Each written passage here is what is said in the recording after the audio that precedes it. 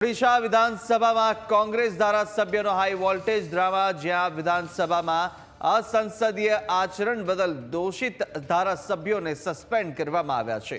અધ્યક્ષના નિર્ણય બાદ ધારાસભ્યોએ ભારે હોબાળો કર્યો અને રાતભર વિધાનસભાના સદનમાં જ રહ્યા અને વેલમાં જ સૂઈ ગયા હતા. મહિલાઓની સુરક્ષાને લઈને કોંગ્રેસના સવાલ પર ધારાસભ્યો જવાબ આપવાથી ડરી કેમ રહ્યા છે તેમ સવાલ અજય કુમારે ઉઠાવ્યો. ત્યારે કોંગ્રેસના પ્રભારી અજય કુમારે કહ્યું કે ઓડિશામાં 64,000થી વધુ મહિલાઓ લાપતા છે. 12 ધારાસભ્યોને સસ્પેન્ડ કરવા અલોકતાંત્રિક છે અને આજે વિધાનસભાનો ઘેરાવ કરીશું તેવું પણ અજય કુમારે જણાવ્યું છે. કોંગ્રેસના 12 ધારાસભ્યોને અનુશાસનહીન સાથે અનાદર અને નિયમોના ઉલ્લંઘન કરવા બદલ 7 દિવસ માટે 12 ધારાસભ્યોને સસ્પેન્ડ કરાયા.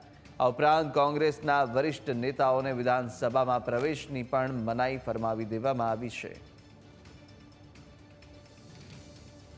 ये जो भारतीय जनता पार्टी की सरकार है, ये अपराधियों के साथ है, उन बलात्कार करने वालों के साथ है, रेप करने वालों के साथ है, संगठित अपराध में शामिल होने वाले लोगों के साथ है, जिन लोगों ने उन 64,000 महिलाओं को अगवा किया है उनके साथ खड़ी है.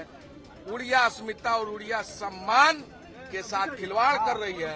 सदन में हमारे कांग्रेस पार्टी के विधायकों को 12 लोगों को सस्पेंड करके लोकतंत्र की गरिमा को तार तार किया, उनकी हत्या किया है.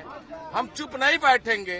27 को हमारा घेराव प्रदर्शन निश्चित है और मजबूती से हम उड़ीसा के मां, बहन और बेटी के सुरक्षा की आवाज को मजबूती से उठाते रहने का काम करेंगे.